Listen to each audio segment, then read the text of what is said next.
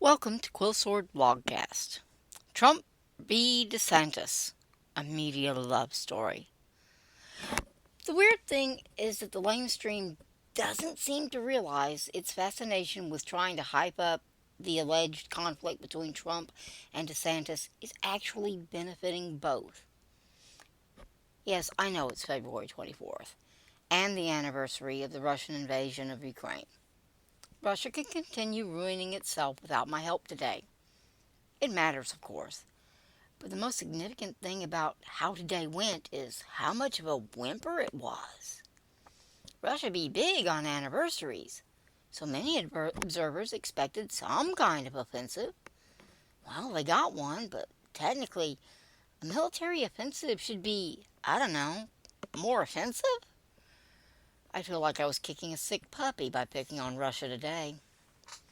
So let's go play in one of my favorite sandboxes, U.S. electoral politics.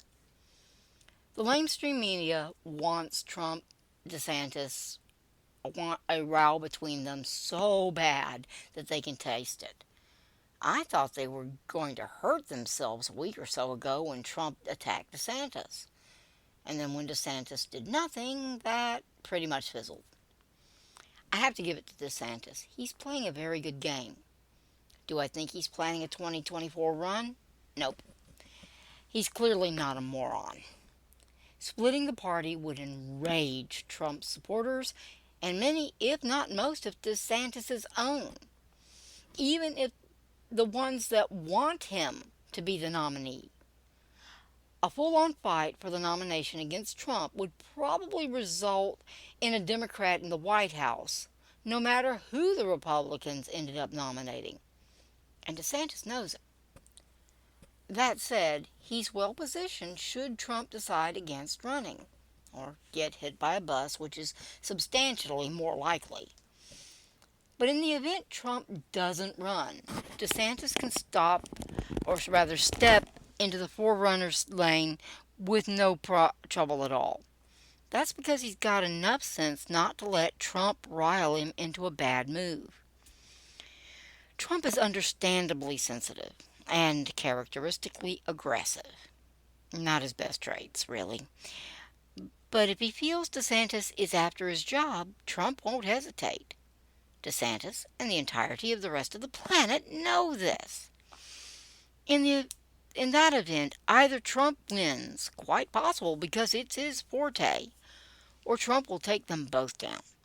He isn't big on quit. So why did Trump seem to back off? I'd bet dollars to donuts DeSantis' team reached out and made some conciliatory noise to Trump's team, reassuring them that DeSantis is not presently planning a run in 2024. I doubt it was a promise not to run, but pretty strong assurances that something drastic would have to happen for DeSantis to change his mind. I also doubt that this will be the last time Trump disparages DeSantis. It's how Trump runs, and as far as anyone can tell, DeSantis is Trump's only real competition for the nomination. But I also doubt DeSantis will lose his cool and let things escalate. One, because DeSantis is smarter than that, and two, because DeSantis has his eye on 2028. Then why not make a public announcement, you say? Dear naive child, how sweet and silly. Why would Trump or DeSantis waste free PR? Letting the media run wild with its speculations keeps both Trump and the Republicans, including DeSantis, in the public eye. Do you know who will run for the Democratic nomination? No, neither do they. But everyone is taking bets on the Republican primaries because the Lamestream Media can't shut up about Trump and DeSantis. You can't buy that much airtime. Okay, maybe Trump could, but even his war chest would be broken if he did.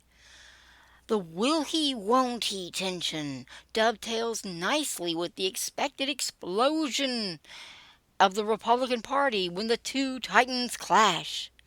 They just need Yul Brynner, and it's a movie with everything. Rather, nothing else, it beats sitting through another Biden speech or any more of White House Press Secretary Karine Jean-Pierre's increasingly bizarre press conferences. The delusional hope that Trump will implode his own campaign in a tiff with DeSantis gets both its daily dose of vitamins and a big bonus of the Lamestream Media getting to cuddle up in its lovely security blanket. The Lamestream Media needs their security blankets too, you know. No, DeSantis won't bow out yet. Not until the absolute last minute. Letting the lamestream media speculate only helps the Republicans at this point. It takes all the wind out of the Democrat primaries, and they desperately need some wind. If DeSantis and Trump exchange a few barbs, it won't hurt and may help.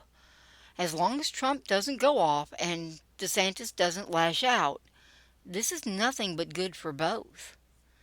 I suspect they both know it. We're seeing more of the old Trump lately, but he's still been rather tame with DeSantis. He's not the kind to pussyfoot, but Trump is the kind to play the game. There's danger in that. Trump can take things too far, and the media will run with anything they can gin up. But it's not Trump's first rodeo. It's just possible, I'm speculating here, that Trump and DeSantis, their respective camps, are deliberately stringing the media along. As I said, I think DeSantis' eye is on 2028. Trump can mess that up royally, or he can all but guarantee the 2028 nomination for DeSantis.